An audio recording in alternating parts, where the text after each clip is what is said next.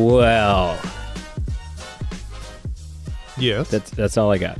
That's all I got. Oh, well, I put a lot of thought into how to start the show, and well is what I came up with. And it sounded like, I don't want to, like, don't get me wrong, because it sounded sort of like one of those, you know, when you've had company and the company's been there for like 3 hours past when you wanted the company to be there. And so you go, well, and you kind of like look at your watch or something. Right. And stretch. You and stretch, they just don't. And you're like, And they just don't get it. And they're like, yeah, sure, I'll have another drink. Yeah, oh yeah. Well, poker. I've got no plans tomorrow. Yeah, because well, in looking at your watch usually implies, yes, I'd like to start a card game that on average takes 5 hours to complete. Good God. Listen, we're back. We are back. We were back last week, but that was kind of an offshoot. That was we did a couple of new release films, and so this is the official end of our hiatus, of our holidays, of our siesta. Yeah. And here we are. We are here. Yeah, and as promised, in full swing. We're jumping right into you know, doing what we do best. A couple days ago, we released our second Black Mirror episode. So that was exciting. And now we're resuming our deep dive through history of film year by year. But before that, okay, I want to talk to you, Pete, about contests. Oh, like do you know what a contest is? Yeah, maybe just explain it to me real quick. I think I do, but just to be clear. All right. So a contest is essentially a game. It's like a game of chance. Where it typically requires very little of you. You either make a purchase or you just click a button. Sure. And you're in the running, and you have typically the same chances as everyone else. Yeah. And then instead of a winner being chosen through a grueling process of like scoring points and doing things better than other people, we just randomly pick a winner and then you win. Doesn't that sound exciting? I'm sorry, I'm kind of just throwing this on you without letting you know, but let's do a contest. Let's just do it. Let's do one. So just rolling with things. Sure, coming up with stuff on the spot. Yep. Let's draw a winner on February 1st. Okay. Okay. But how do we who are we drawing from? Like where do you want to go with this? Let's open it up to anyone who's following us on Patreon between now and February 21st or February 1st. This is changing. 2021. Sure, yeah. Yeah, oh God. Yeah, so anyone who's supporting us on Patreon between now and February 1st, 2021. And what are they? Okay, we need something for them to win. Sure. Why don't we have them tell us what to do? Everyone else does, so why not? No, that sounds awesome. Like, okay, so we'll just let them suggest it. See, okay, so we always do movie votes. We always like pick 4 options and we let people vote on them. But I mean, there's got to be movies that someone wants us to do that just never end up in the votes, right? Or are in the votes but don't win. Or don't win. Yeah. So why don't we just let them? Anyone who's supporting us on Patreon. Just suggest a movie and we'll draw randomly, and if they win, they win. Okay, so let me just see if I'm picking up what you're laying down. We're going to have a draw. We're going to have a draw February 1st. The draw is to apply or to qualify, you have to be following us on Patreon. Right. What if it's not yet February 1st and someone's hearing this and they're not following us on Patreon, are they boned? So if it's before February 1st, is what you're saying. Right. They could join Patreon. They could just join. Okay. And they could enter. And they would find the link for that down below, and it would cost them as little as $1 a month. Right. Or more, in which case they would be supporting us immensely. Sure. And also getting other perks and bonuses that would be listed on the Patreon page. Oh, absolutely. Okay. And then go on. Whoever wins this draw then says, "Hello, movie men. This insert blank is the film that I would like you guys to review and do an episode on." And that's it. Well, I'm not going to lie. This sounds too good to be true. Here, I'll give you a link and I'll tell you where you can sign up. But it is true. Sure. Okay. And if they wanted to do all that, they would just click the link below to sign up for Patreon. Mm-hmm. And they could also just go to any of our social, like, get in touch with us any way you see fit to tell us what your entry is. Right. So when we're done recording this, go on our social media page and just make some posts and just say, "Hey, here's a contest. Comment below to enter," and then that's how people would enter. Yeah. Okay. Yeah.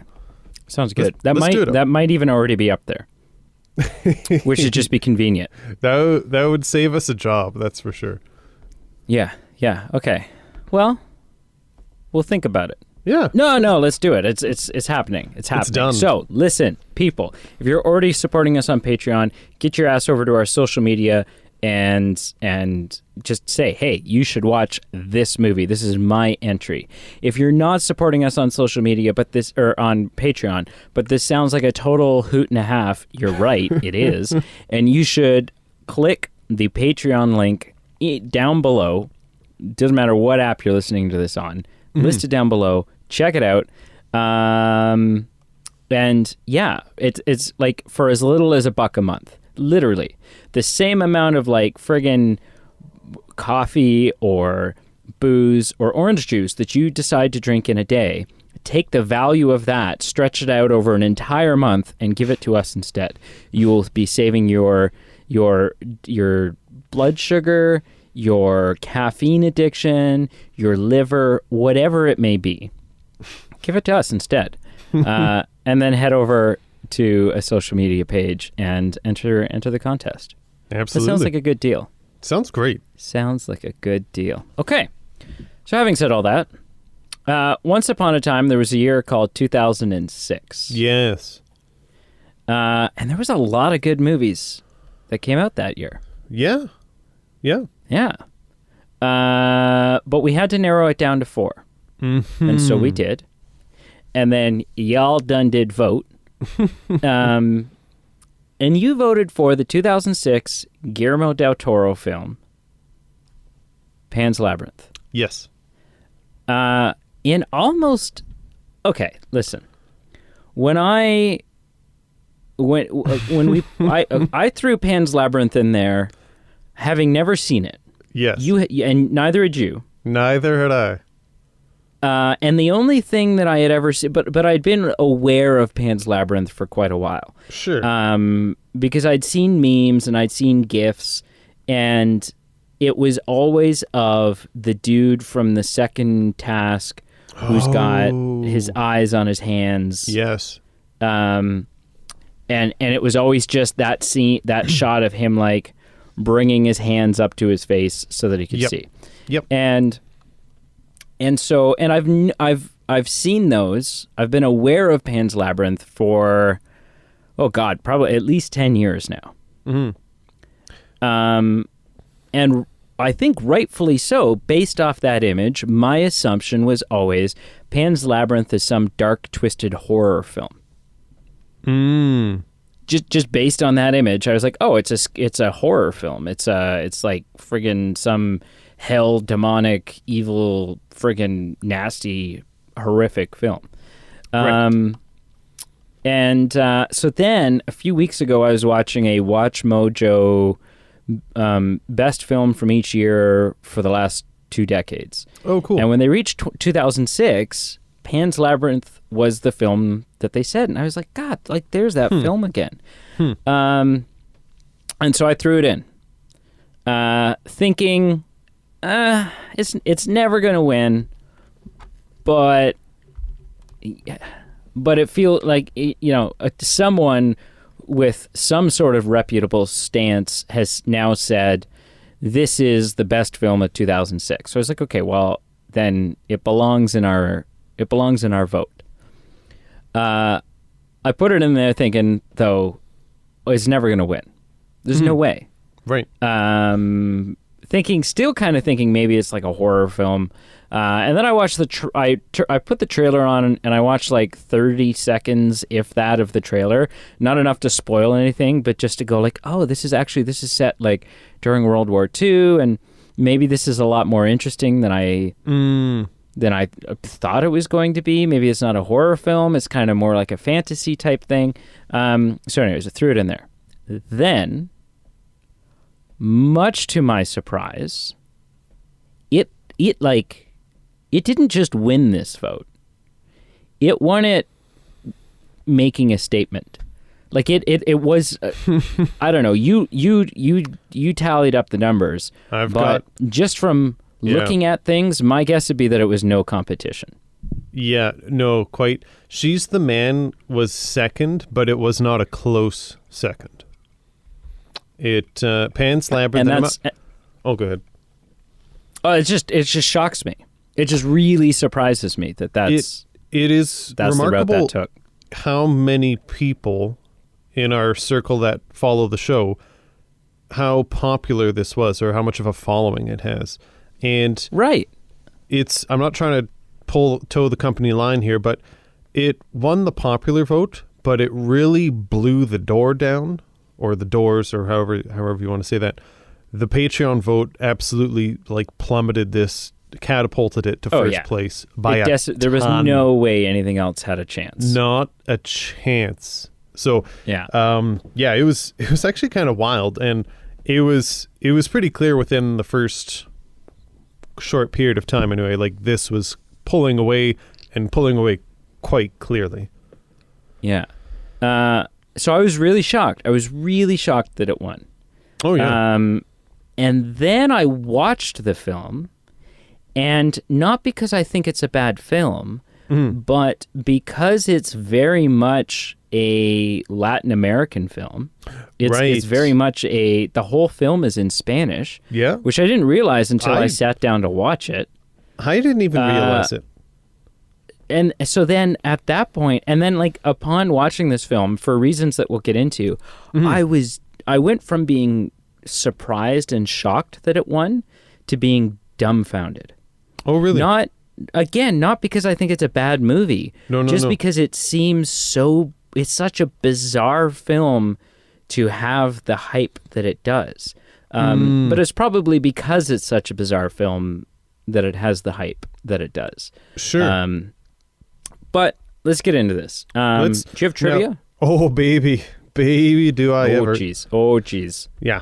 So I'm going to have to kind of give some housekeeping or some background here, just to kind of build up to get this question to the point where you can have your answer. You can speculate what the answer is, okay? Okay. Yeah. So every year at the Oscars, do you know what the Oscars are? Right. It's been a couple of years since I've been invited, but I am familiar. I am still aware. Yeah. Cool. Me and Matt Damon used to double date, and we would go. Yeah. Cool. But so obviously, as you are familiar with, as most of the listeners are familiar with, for every Oscar, there's a category, and every category, there's a pool of films. So they'll say, for this Oscar, these several films are up for it. Out of these films, one of them will win said Oscar of whatever category it is. Okay. Kind of like a contest. Kind of like a Patreon contest in some ways. Wow. Our 2006 vote was Pan's Labyrinth, She's the Man, The Illusionist, and Click. Okay. Right. Now, just bear with me here. This question, I'm getting to the question.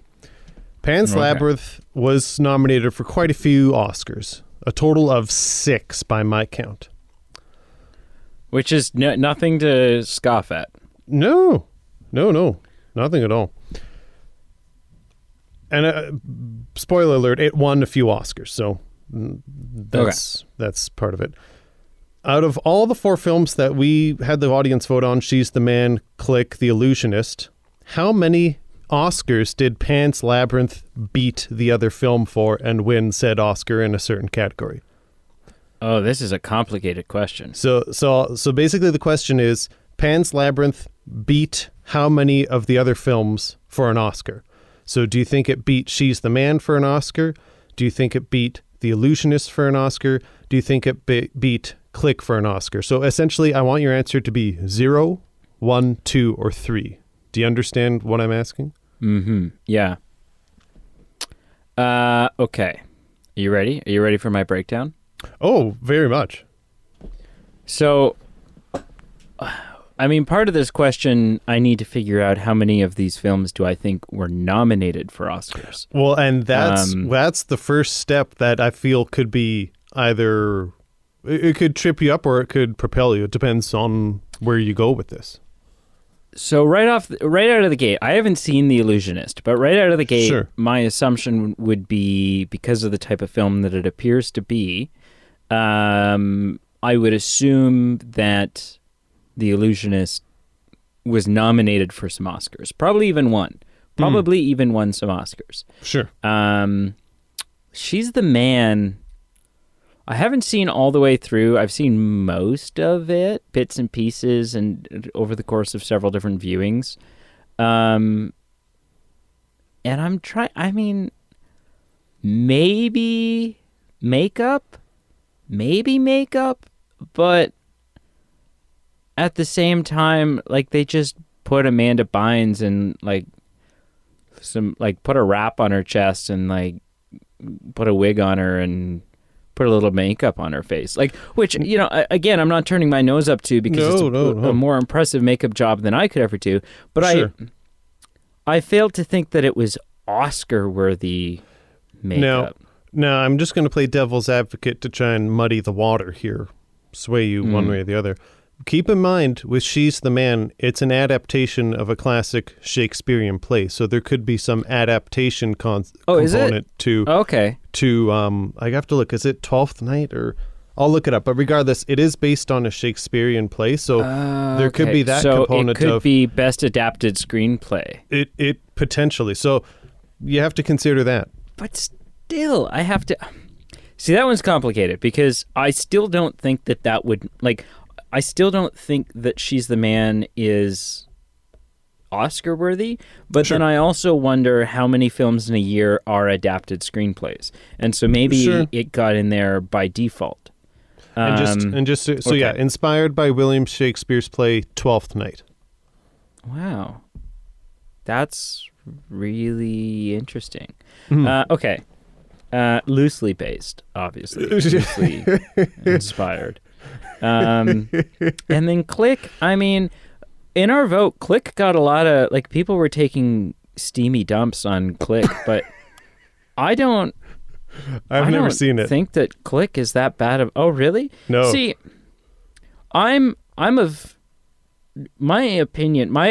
two minds on Adam Sandler. Okay. One is that there are several films, 50 First Dates, 8 Crazy Nights, Mr. Deeds, Big Daddy. Okay. Maybe Billy Madison, Happy Gilmore.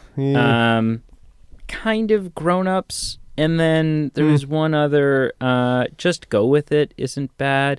But, like, there are some really fantastic, iconic, hilarious Adam Sandler movies. Sure. There is also a storage container full of shit. And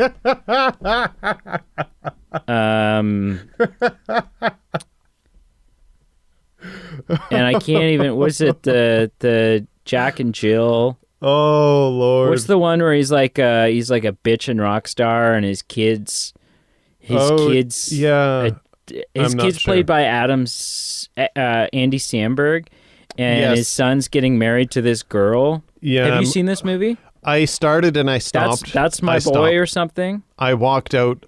Or not walked out, but I hit stop and I walked away.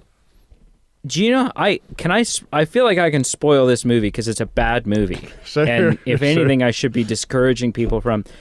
At the end of the movie, Andy Samberg doesn't end up marrying his fiancée because Adam Sandler's character discovers that the girl who Andy Samberg is supposed to be marrying is sleeping with her own brother, who's like a Marine. He catches them in an incestuous affair.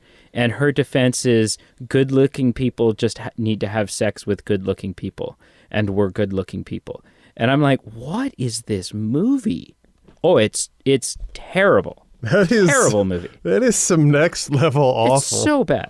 Yeah. So anyways, having said that, I do like Click. I think Click's fun. It's got some good story to it. There's a couple of moments that, but again, like, I don't know. I mean, it's got Christopher Walken in it. So how, like... Huh. How can it go wrong? And, Christopher Walken and Henry Winkler. It's got the Fonz in it, for damn sake. Yeah. But I don't know Oscar-worthy. Okay, I'm taking too long on this question. I'm going to say...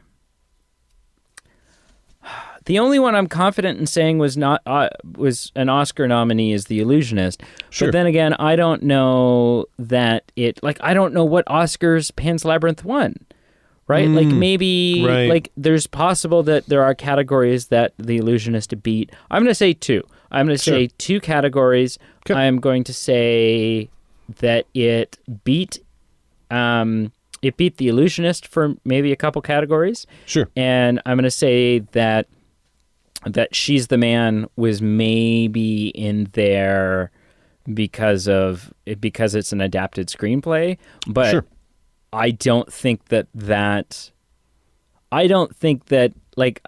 maybe that year you just have fewer options for adapted screenplay. Like, I don't understand the love that everyone has for She's the Man. And that's why I was kind of hoping that it would win so that I could crap on it a little and try to unpack what this love affair everyone has with She's the Man is. I think it's sitting on my shelf.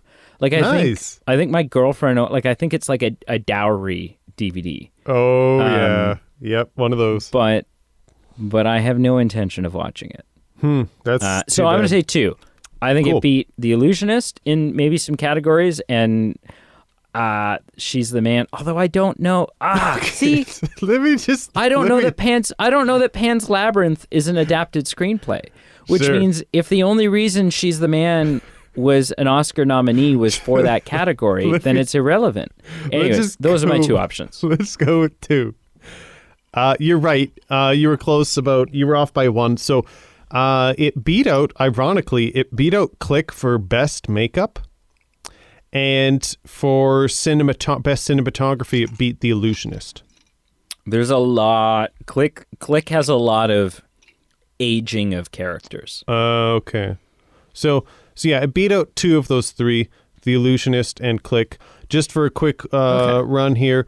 Pan's Labyrinth won Best Makeup, Best Art Direction, Best Cinematography. It was nominated but did not win Best Original Score, Best Original Screenplay, and also didn't win Best Foreign Language Film of the Year, which I find surprising.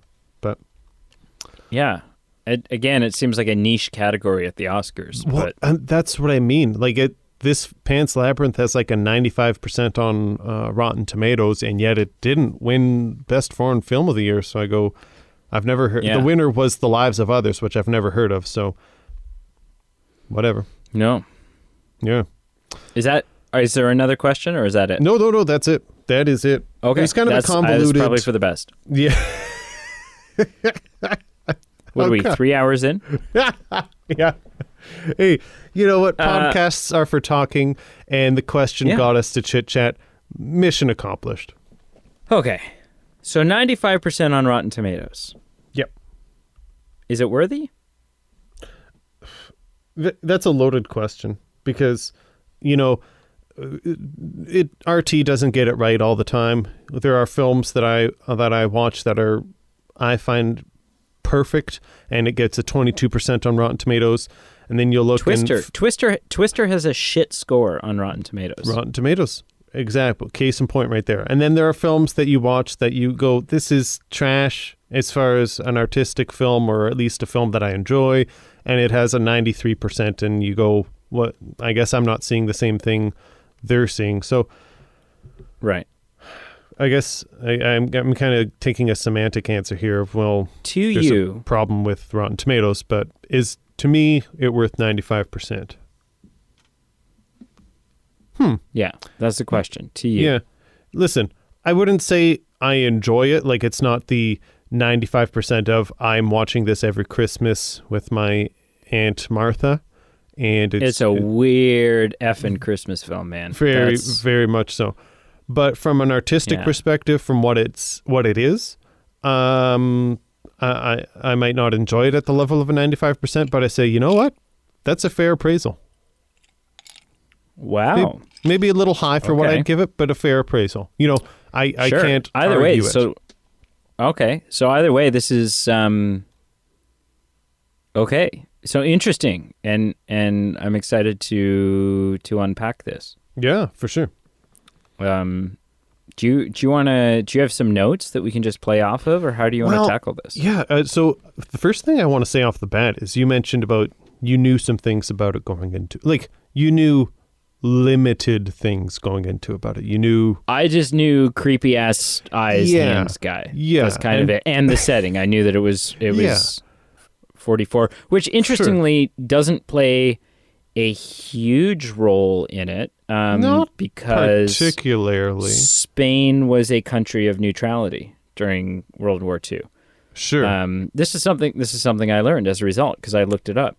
Oh, Spain was a country of neutrality. Mm-hmm.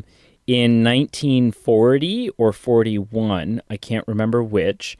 Cool. The Franco, who is like the head honcho of Spain at the time, has tea and crumpets with Hitler to discuss joining the war, but that essentially goes nowhere.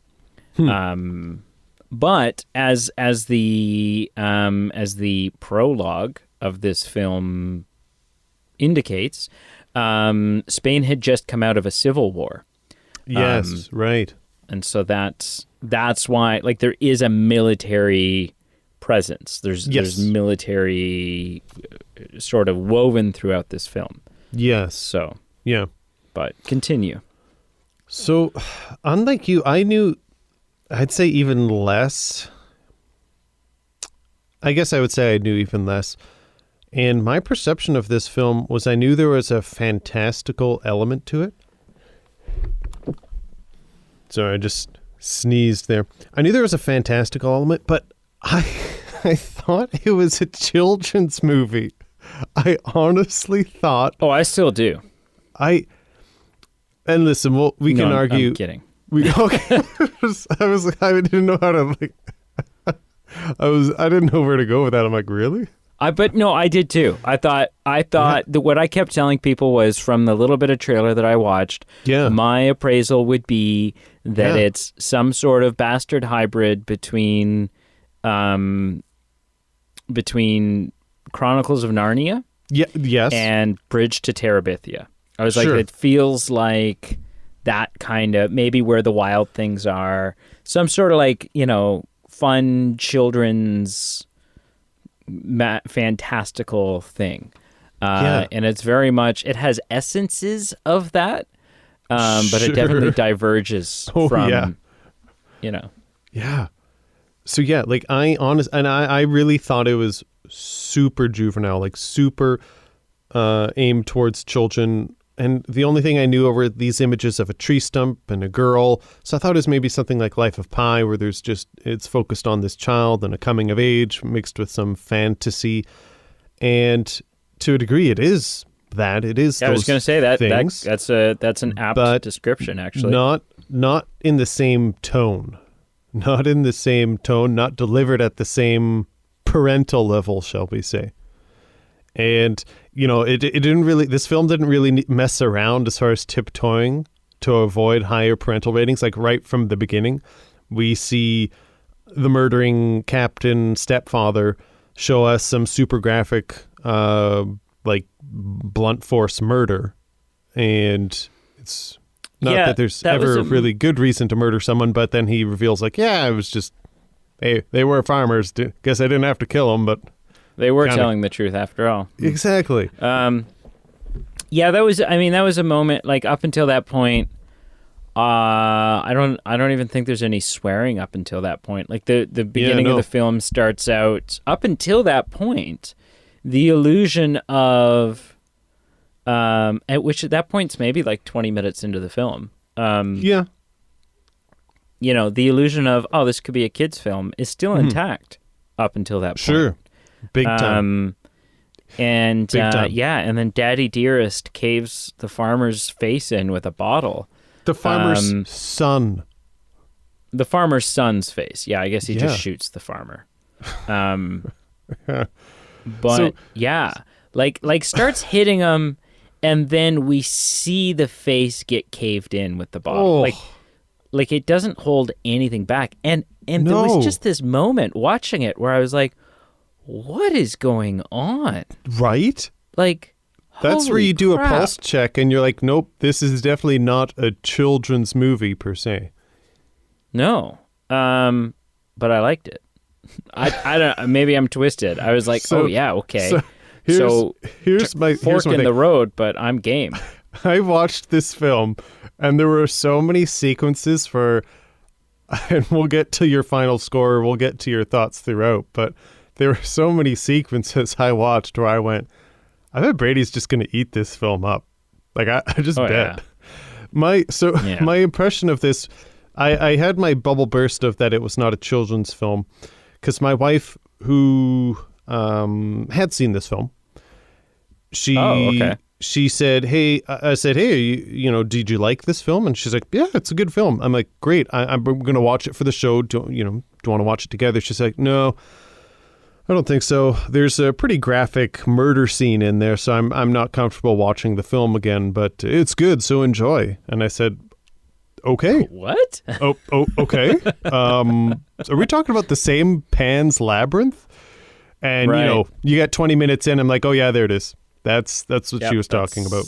That's the moment. And also, funny enough, I was texting her when the movie started. I'm like, hey, did you, remember that it was in Spanish? And she's like, no, it was in English. I'm like, no, I think you're misremembering because it's definitely a foreign film. It's definitely Spanish. And it's not dubbed. Like, it's not dubbed in Spanish. No, now, exactly. So let's talk about that. Please.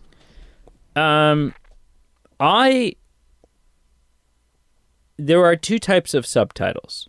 Okay. Well, there are three types. At least. There's when you're watching a film in the language that you speak, and there are subtitles in a language which you don't speak, and that's just nonsensical, and there's no reason for it. There are subtitles when the audio of the film is in the language you speak, and for some reason, so are the subtitles. And that's like a whole... Like, I realize I'm crapping on like a big group there. So if they are the minority... What you just said, so you're talking about, like, for example, the audio was in English. English movie, English subtitles. Oh, yeah, I hear you. Yeah. Well, no, I don't hear you, but I do that. But go on. And I know several people. Sure. Who do that. Yeah. And I don't get it. I'm like, get that off of the screen. Get rid of that. Oh, okay. So listen, I think I will agree with you on here. I personally just do it out of necessity, just to who we live with. Sometimes we have to keep the volume down, so it's required. But I think I would agree with you. I think I would prefer without. So I can see what. Yeah. For the most part, I watch my movies with like $250 headphones on. And so I can hear, which honestly is the way to do it. I kid you not, because I hear things. I watch movies with headphones on that I've watched several times but never with headphones, and I'm like, good Lord, the sound design in this movie is way better than I thought it was. Oh, it's amazing the things you hear and pick up on, and which again, like, you know, I've got a big fancy surround sound system that's just wasting away. It's sitting there collecting dust because you know, I'm currently in an apartment setting, and I wasn't when I bought it. But so anyways, and then finally there are the subtitles where you know, English subtitles for a non-English film, and those are really the most pragmatic subtitles. Those are the subtitles that make the most sense, but they don't make it any less. They're also probably the most irritating subtitles because they're the subtitles that you can't drown out. Like, as stupid as I think English subtitles for an English movie are, within 10, 15 minutes, I'm not paying attention to the fact that they're there. Sure. Right? And same goes if it's English film with Cantonese subtitles. I've tuned it out. But when, in order to understand the film, I am required to acknowledge the subtitles and to follow the subtitles, that gets frustrating. I don't know, man. I've thought a lot about this because I don't want to come across as insensitive. I don't want to come across as first world issues. I don't want to come across as ignorant of other cultures. Sure. I love the fact that this is a Latin American film. Okay. Because the fantasy aspect of it feels Spanish. Like, it doesn't just feel like a fantasy film that's in Spanish. It feels like Spanish folklore. It feels like urban legends from a different part of the world. Right. And I admire that, and I love that, and it's part of what I think elevates the status of this movie. Having said that, just from a pure my enjoyment level of the film, I really wish it was in English. And so much so that, like, I would have watched a dubbed English version. I would have watched like, these aren't the original voices. This is not, you know, like sort of like the Kung Fu movie. Yep. The words don't line up with anything. You know what? And I think I would have watched that instead. Simply because, and that would have definitely detracted from it for sure. But, I mean, for a film that is so visual rich. Oh, I see. Yeah. For me to spend the whole time staring at the bottom of the screen reading. Right. Instead of being able to get lost in the color palette, in the character design. Something that, you know, for me, I mean, is the whole film is almost very Tim Burton-esque, which just, you know, plays on my heartstrings. Something does it fierce. Ever? Yeah. It broke my heart to spend the whole time reading the subtitles. And you know what? I get it. It's made by Guillermo del Toro. So, I mean, obviously, Spanish is, I don't know if it's his first language, but it's if you ever hear him, well, it must be, because if you ever hear him talk, he's got a very, very thick accent. Almost broken English, not quite. And I don't know, like, I'm just wondering, is this a film that was made and the intended main target audience was a Spanish-speaking community? Because if so, then I retract my comment 100%. Sure. Then I am just the outsider looking in, and I should just be grateful having been invited for dinner. However, if this film was made for a North American audience, if it was made for an English-speaking audience, And the Spanish dialogue with English subtitles is just simply to make it more authentic. Mm-hmm. I'm not going to purchase that. I'm not interested because I just, again, it takes it away from me. I was really bummed out when I found out it was all in Spanish. Just because I knew, I was like, I can't just relax and watch this movie. I have work ahead of me. And that sucks. What's your take? Yeah, so my take is the opposite to yours, but actually, and I'm not saying this just for those who are playing bingo at home, but I actually quite literally find your point interesting because, listen, I don't watch a lot of foreign films. I watch some, but I'm not well versed. I don't have a foreign films Friday in my household. It's not like a weekly event. So for me to watch one is there has to be a reason, or I have to have an inkling that it's a good film. But my experience something like Train to Busan. Sure. Or Parasite, or something that I know that has got a lot of people talking about it, or someone has told me in person, yeah, like watch this, it's worth your time. And something that if it's a good film, it has to be a good film at its base. But something that it forces me and obviously the rest of the audience to do is complete engagement through the whole film. And listen, you just mentioned Tim Burton.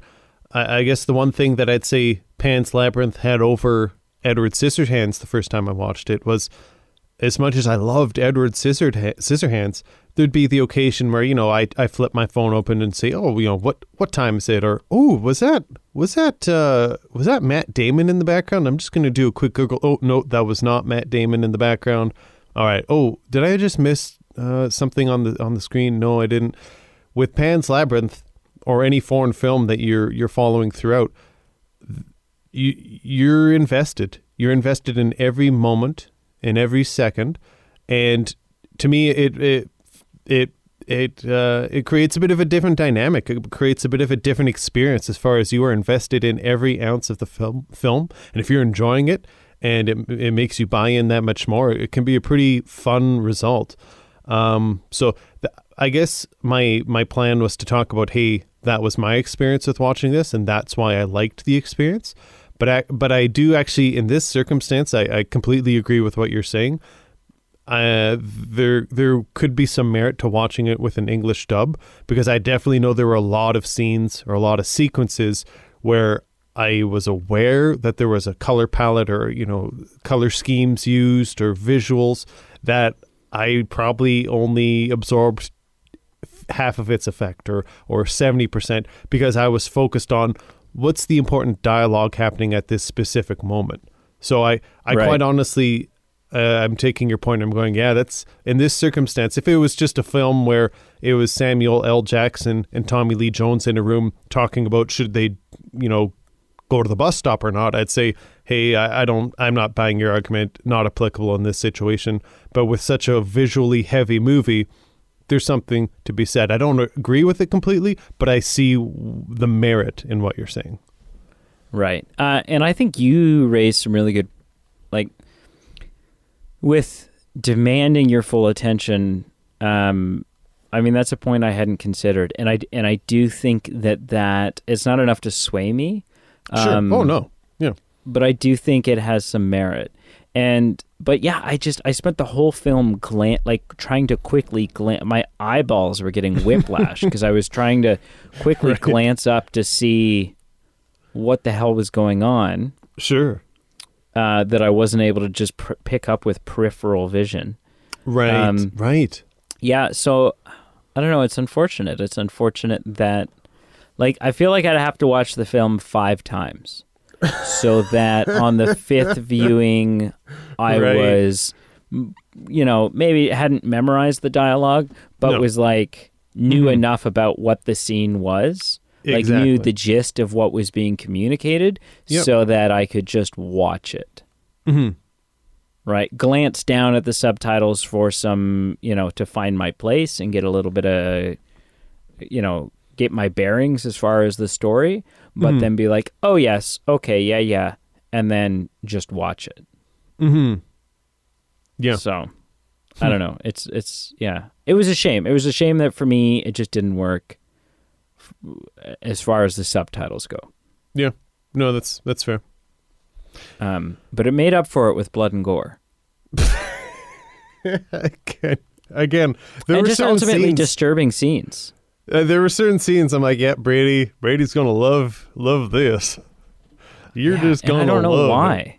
And the two people I was watching it with, they were not having. They're like, "This is off. What Sure. do you have us watching?" Yes. And I was like, "I don't know, but it's amazing."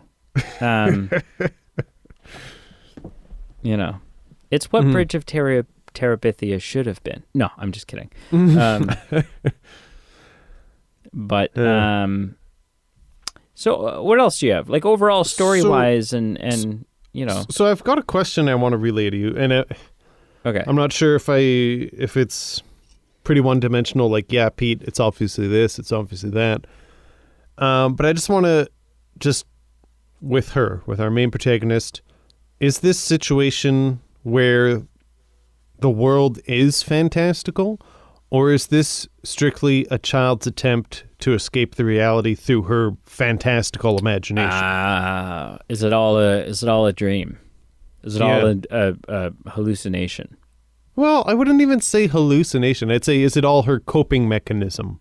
Because, my goodness, this poor child is going through the ringers. Like, there's not a lot for her to wake up for in the morning.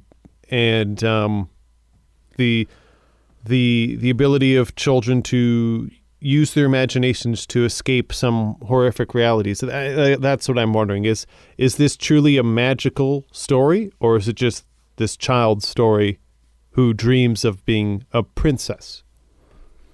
So my rule of thumb Sure.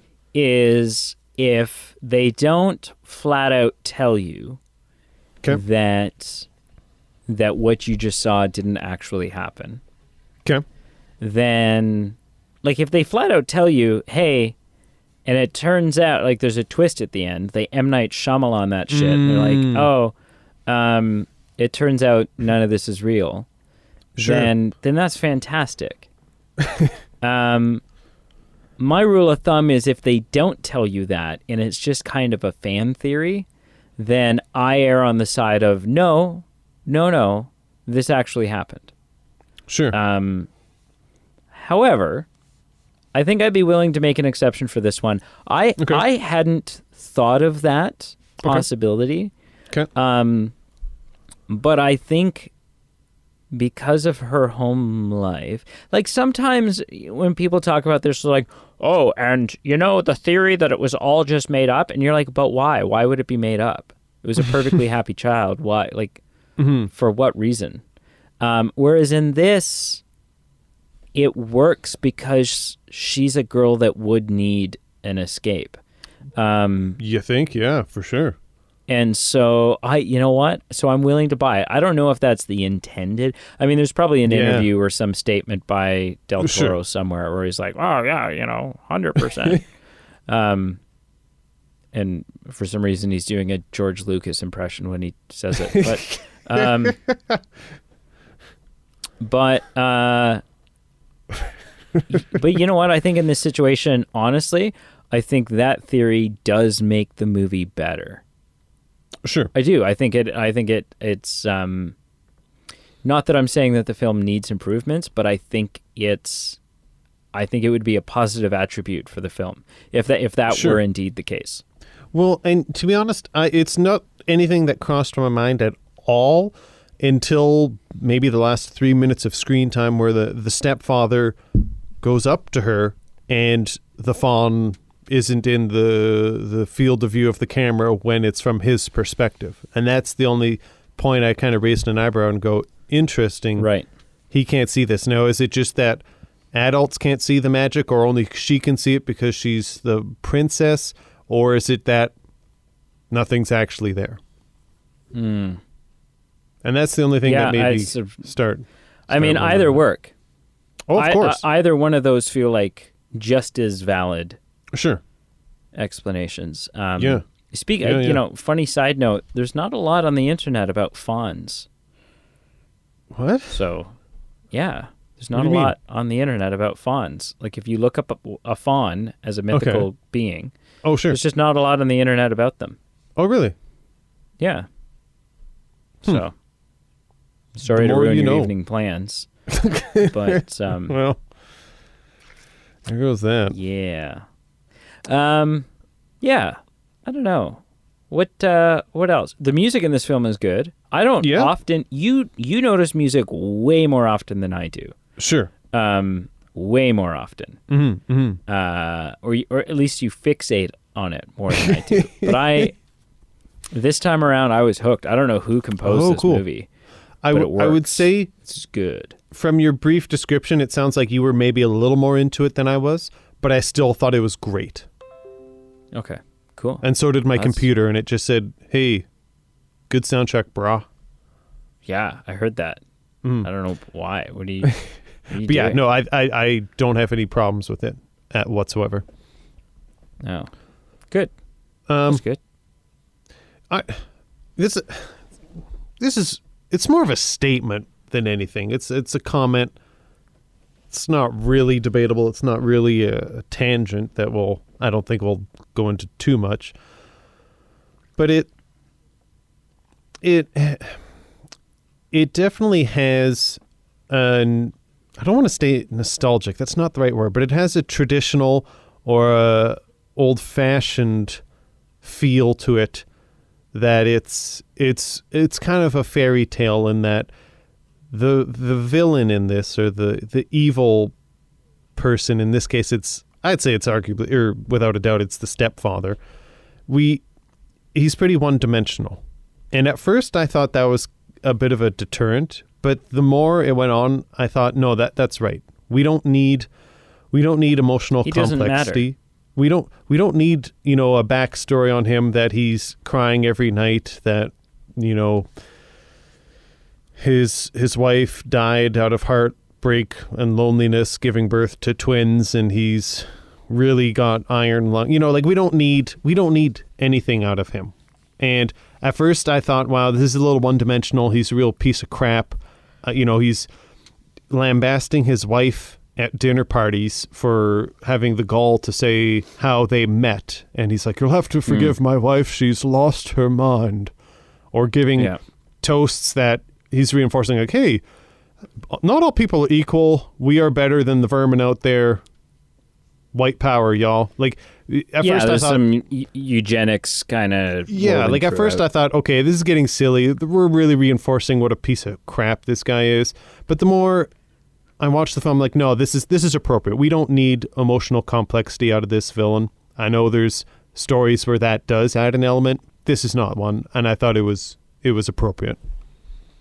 Cool. And listen, I can't be the only one, but honestly, I'm not cynical. I'm not dark at heart, but I did give a little bit of a chuckle and kind of recite a line when that housekeeper escaped from the piece of crap captain and cut his face open. And I honestly just said, you want to know how I got these scars? Yeah. And honestly, like, everyone, the two people I was watching it with, they were thoroughly grossed out. Oh, for sure. Excuse me. They were thoroughly grossed out by that scene. Yeah. And I just the entire time...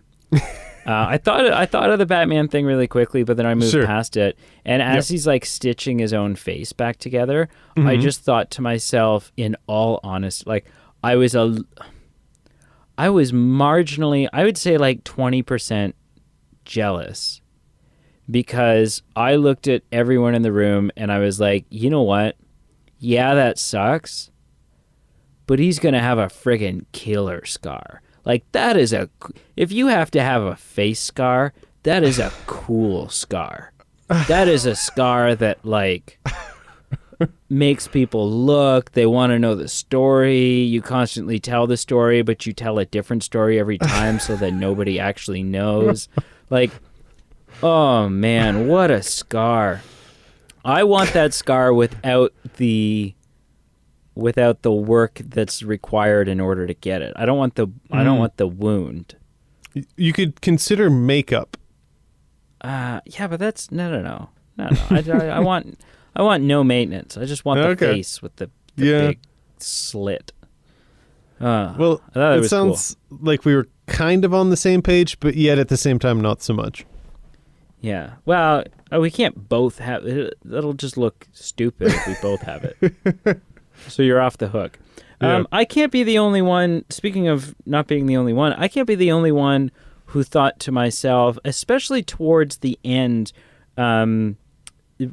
just before Ophelia succeeds and ascends to wonderfulness. Well, I mean, she dies, but sure. She dies and then she's kind of resurrected, I guess. Yeah. Sort of. Or she you could actually argue just that dead. The magic never happened and it was a near-death experience, except she actually died. But continue. Who knows? I can't be the only one who was thinking, oh, this fawn is... Who is this fawn? This fawn is not who this fawn claims to be. Right, sure. Because it turns out the fawn was was everything he said he was, and Yep. It was no issue. But Yep. I was like, oh, whoa, and now he wants the baby, and he wants like, yeah. Whoa, where's this going? What is going? This is the serpent situation. This is not good. This is a wolf in sheep's clothing type of thing. Which on that note, like right from the get-go, I'm a grown man, and I watched that. Good for you. And, well, some might argue, but if I'm in my backyard, my own backyard, and a fawn like that approaches me, first I'm going, what the hell? The second is I'm asking myself, do I trust you? Do I agree with what you're saying? Do I believe you are who you say you are? She has no doubts. Like, is the innocence of a child. She has ice in her veins. She's not scared. She's totally cool with it. And she's picking up what he's laying down. And eventually I thought, oh, this is to a fault. Like he's trying to steal and kill a baby. Turns out he was who he was. So he was who he said he was. There was no issue, but could have been an issue. For those who don't know, it's probably a more apt description to call Pete an overgrown man than a man, than a grown man. But that's fine. Listen, Yeah. do you have anything else to say before we score this thing? Two things, real quick things. Okay. Shout out to a friend of the show, Andrew. He commented on the excellent monsters design in this film.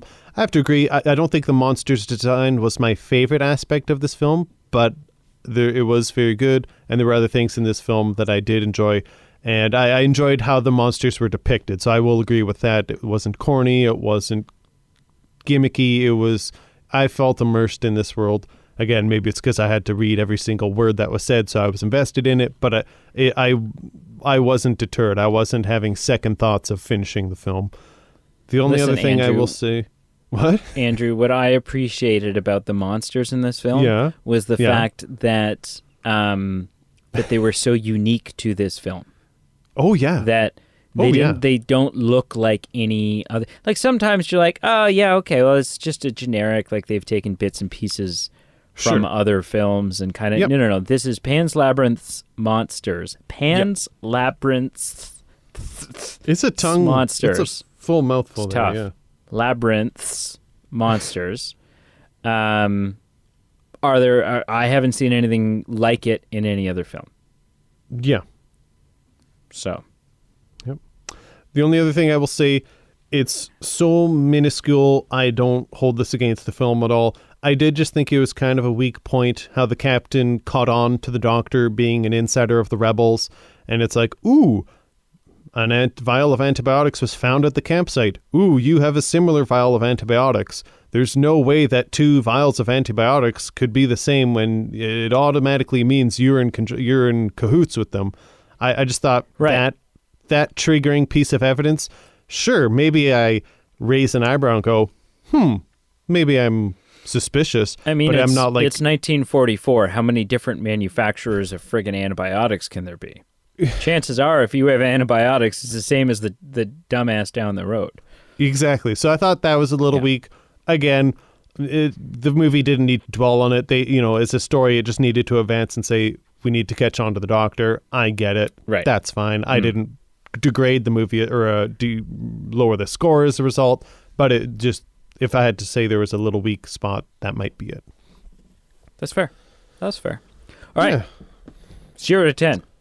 Okay. Dang nabbit. I used my own scale and I used Marshall's scale. This week it got exactly the same.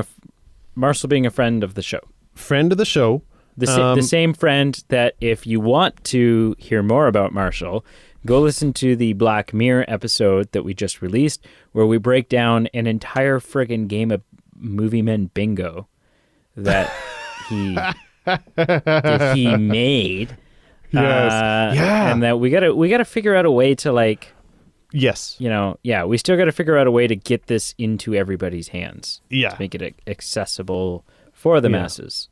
For the Maybe masses. that's Marshall's problem. We'll make No. He's done enough work. And I don't think there'd be a lot. It would be a simple like, hey, boom, here's a link.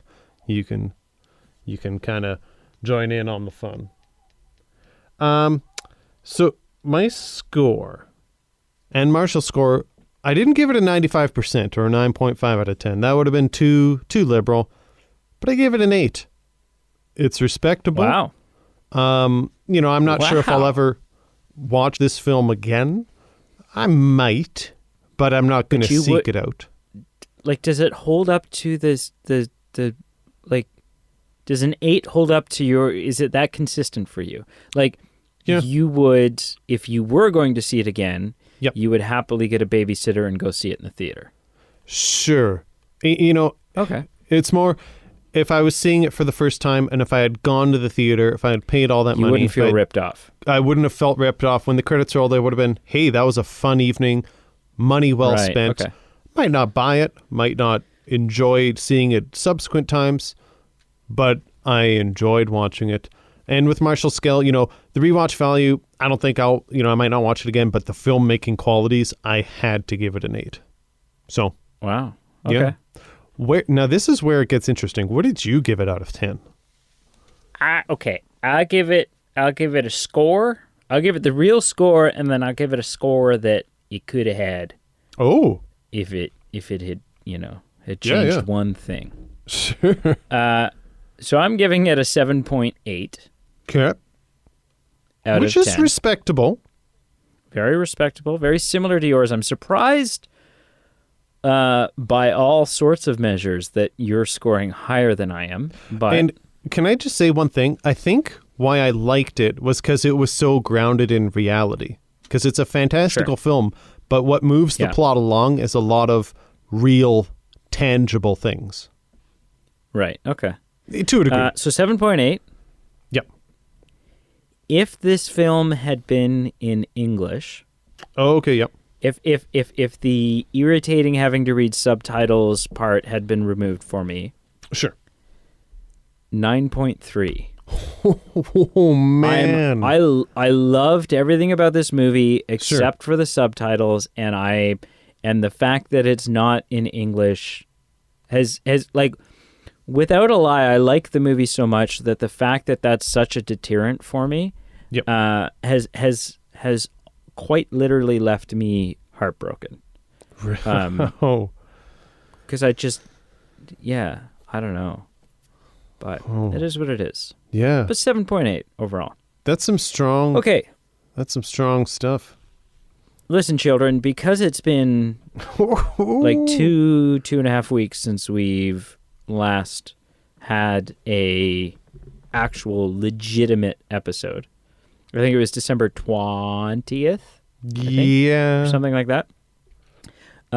We are going to spend the next 2.5 hours talking about the films that we have watched since we last convened. Sure.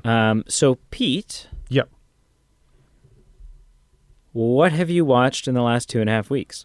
Oh my gosh, here we go. So I'm going to start with, I had one film on the docket that I had to watch. It was a recommendation of yours. Finally got to it. I watched the 2020 Invisible Man. Have to say, flaming pile of crap. What? Is not what I would say about it. Actually? Is not what I would say about it. Oh my God. I was like... I love that movie so much that I was really hurting. No. Listen, I think you'll be pleased. So for those listening at home that haven't seen it, check out our trailer, check out our preview. If it's something that you think would be up your alley, check it out. I gave it an 8.3 out of 10. On Marshall scale, I gave it a 7 or an 8.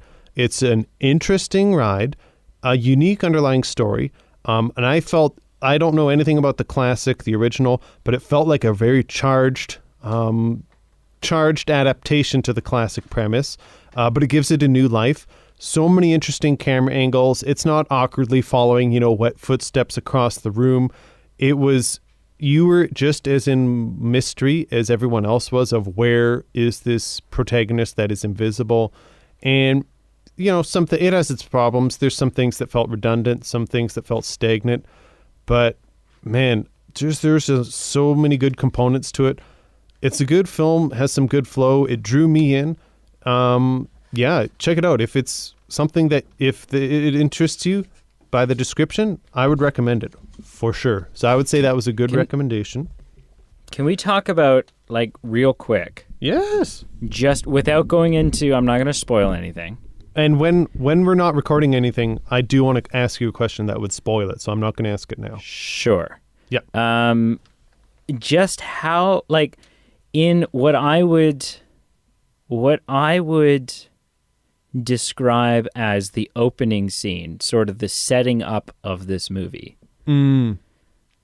How, on a different level, because it's just so real, because that part is the opening scene is before any of the stuff that makes it Invisible Man happens. It's just kind of the setup of the motivation of the movie. Sure.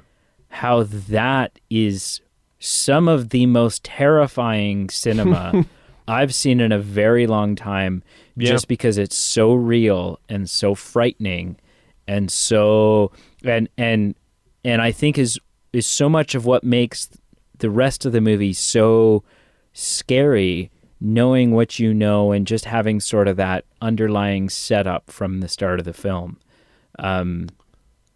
is it's just terrifying. I think to summarize the aspects that you're talking about, I think psychologically thrilling would be the nickel and dime summary. And that works. It's far more than I was expecting. I wasn't sure what to expect, and this film really was just psychologically thrilling, and it's really not hollow. Plays.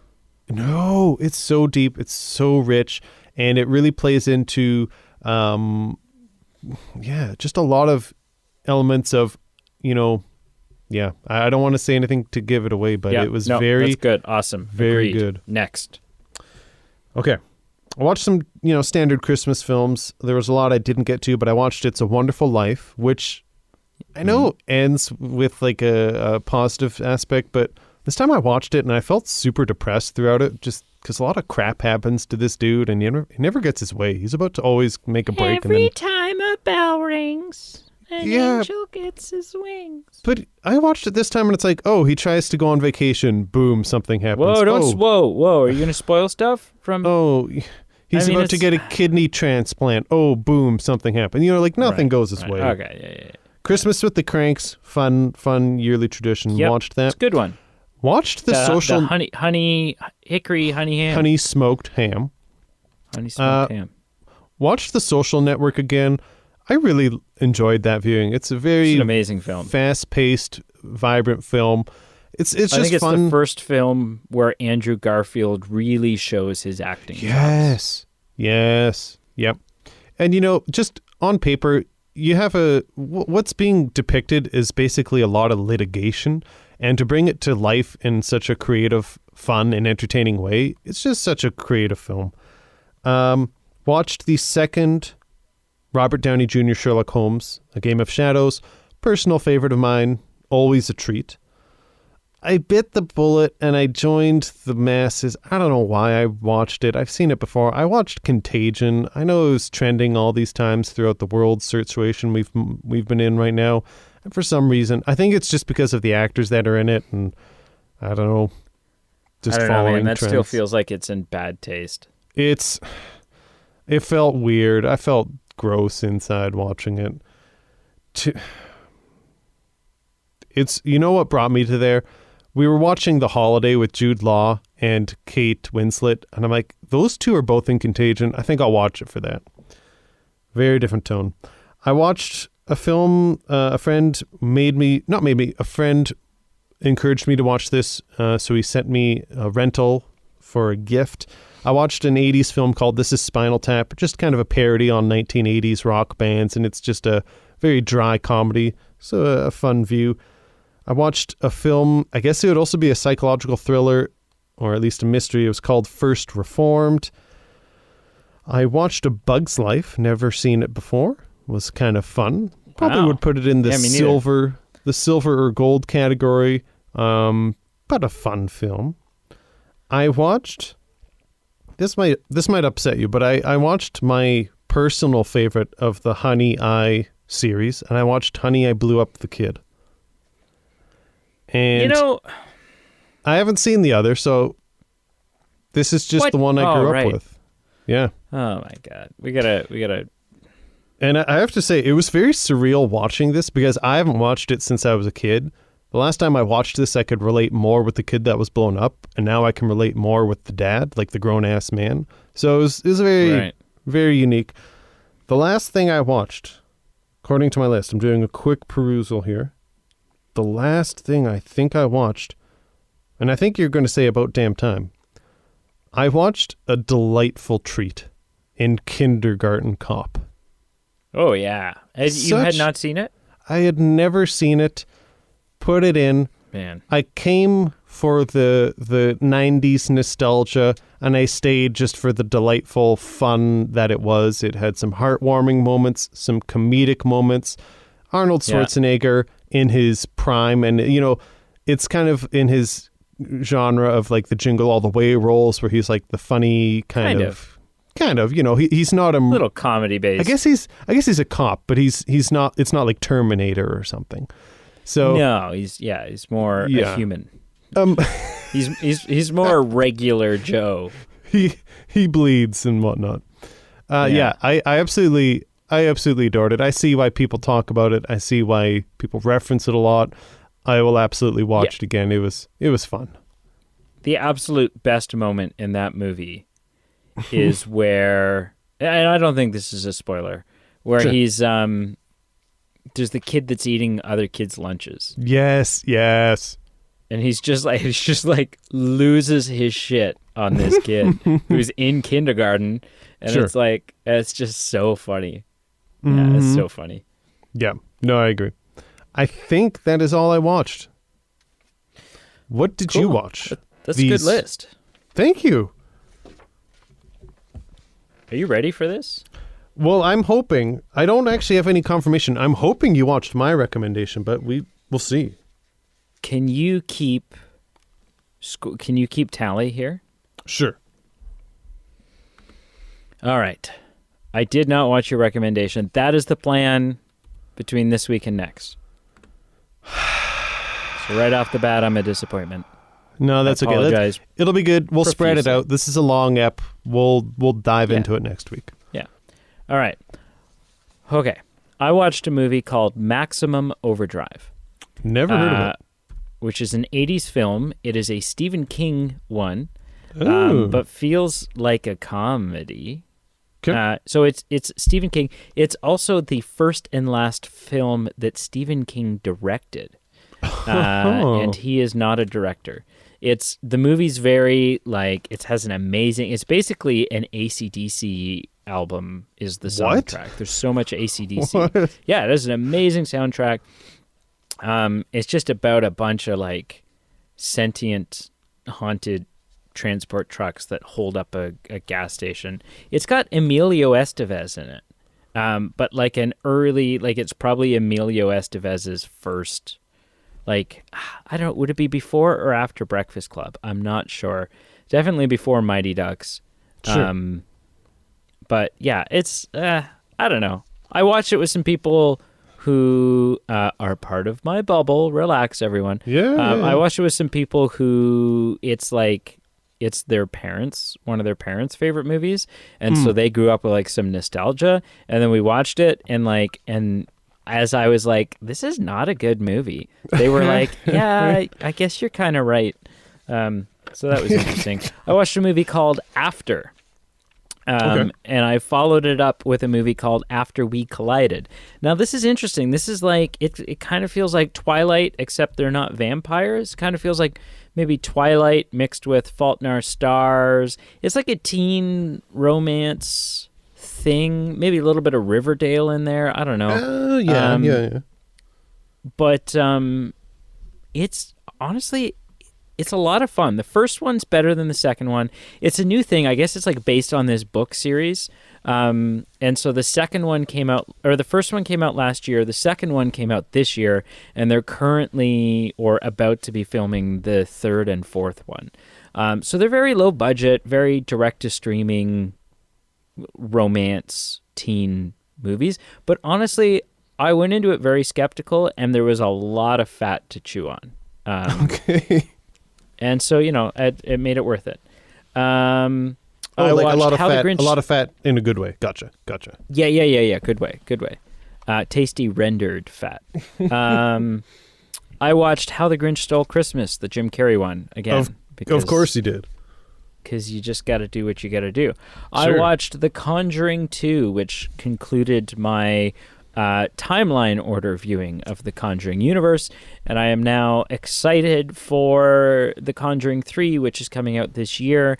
A little disappointed that it's going to be direct to streaming, just because, how often is there a horror film that you're looking forward to that you could go see in a big dark theater with a booming sound system and everyone else jumping and screaming and, stuff like that.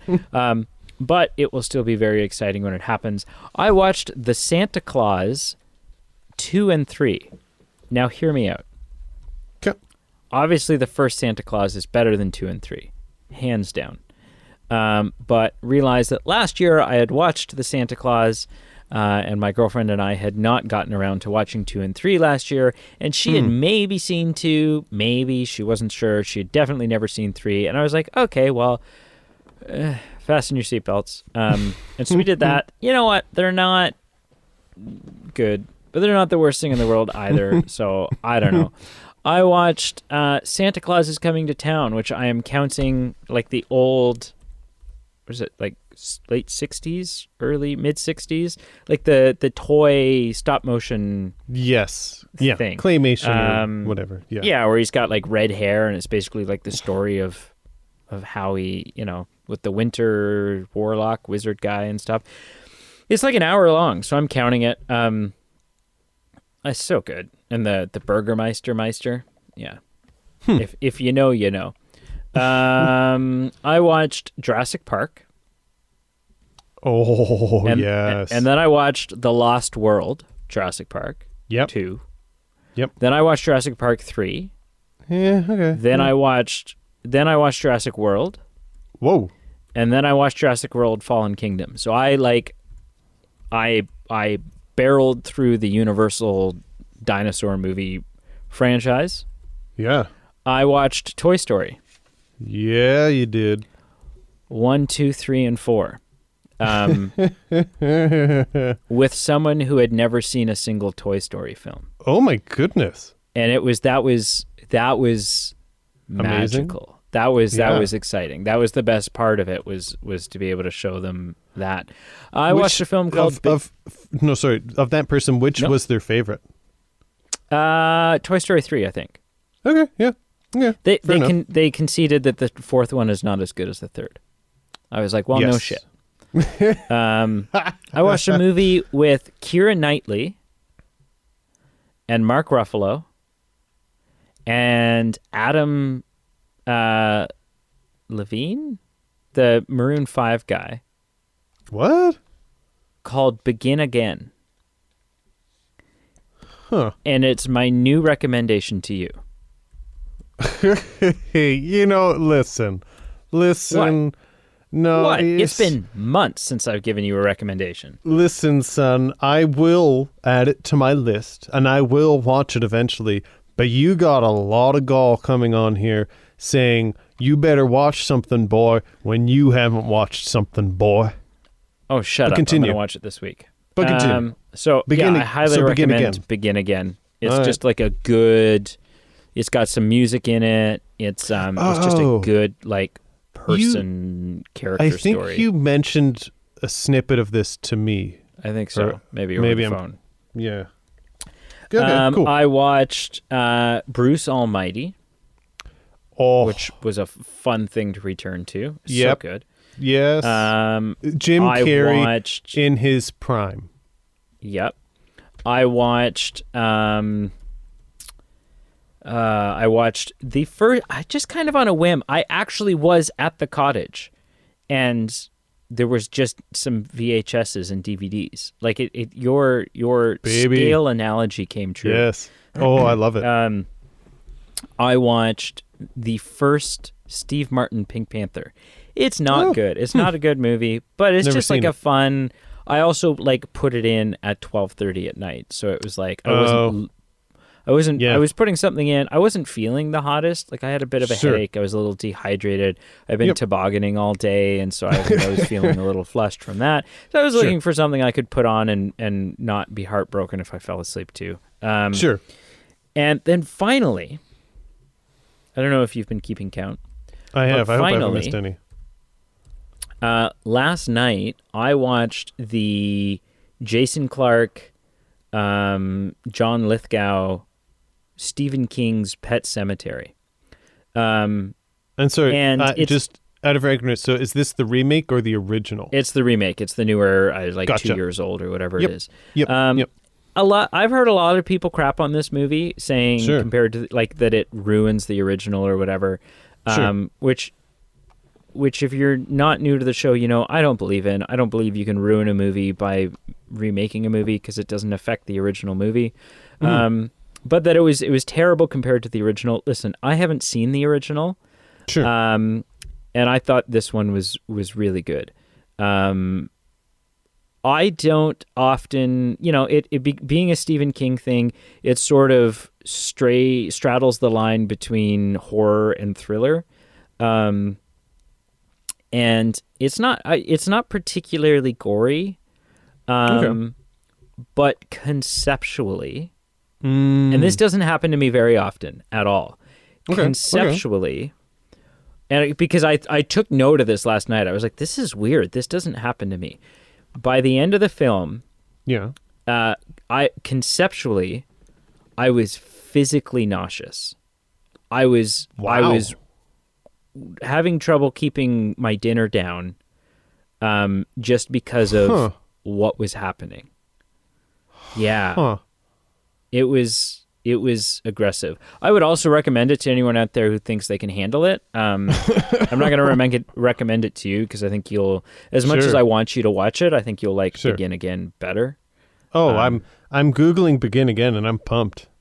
Just for the cast alone. Yeah. It's a great film. I think it's on, was it Prime? It's on Prime. It's either Prime. Yeah, there you go. That's it. That's all I watched. How many is that? So two things.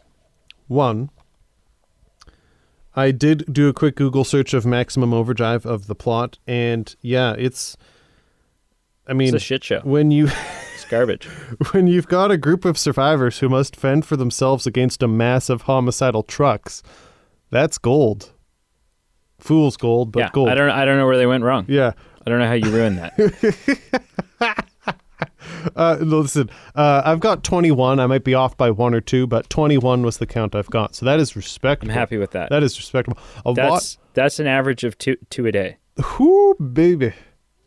Woo. And you know what? That's because like several of those nights, like Toy Story 1, 2, and 3 was one night. Well, I was just going to say, some of those you could be pairing and doing, you could knock off a couple in a day easy because it's just a continuation. There were several there was at least 3 triple feature nights. The closest I got to a triple feature or double feature was someone I follow on Twitter did a live tweet while watching all 9 Star Wars films, and I've never felt so alive. Oh, wow. No, that's next. We'll do it. Just kidding. Cool. We should have done that with Bond. That actually would have been kind of cool. We should have just had we should have just had catheters put in and have been like, all right, Bond. Let's do it. It's never too late. All right, wrap this song gun up for us. Absolutely. Thank you, everyone, for listening. Truly appreciate it. Great to be going again in the new year. Please like, follow, subscribe on the links for the social media pages below if you have not done so already. That's how we give out our new information. That's where we put out our votes, where you tell us what to do. Please like and review us positively wherever you're listening to this podcast. That helps our show. What also helps our show is any likes and comments on episode posts. Let us know what you think. Specifically, we just like hearing from you. Okay? If you feel like supporting the show even more, you can check out our Patreon page below. The link is there. There's different tiers, which all have different perks at different price points. It's a way for us to reward you with different perks, but it's also a way for you to help the show maintain itself and grow. And we appreciate it. And yeah, thanks for listening. And speaking of Patreon, yes, we have some shout outs to do. Shout it out. Yeah, we've got Nate, Daphne, Brenna, and we've got Marshall. They all at this point the infamous Marshall. The infamous Marshall. Like this is technically as he shall be referred to moving forward. The infamous Marshall. I mean, he's technically got like 3 shout outs so far on this show. So I mean, yeah. But to all our patron supporters who are at the level that they get a monthly shout out, thank you. Here's looking at you, kids, plural, and children. No, children. No, it's just like, hey, kid. Kitties. No, that's youth. even weirder. Youngsters. I don't think we're on the same page. Whippersnippers. No. Young whippersnippers. No. Saplings. No. Post-fetal, but not quite pubescent. No. Humanoids. No.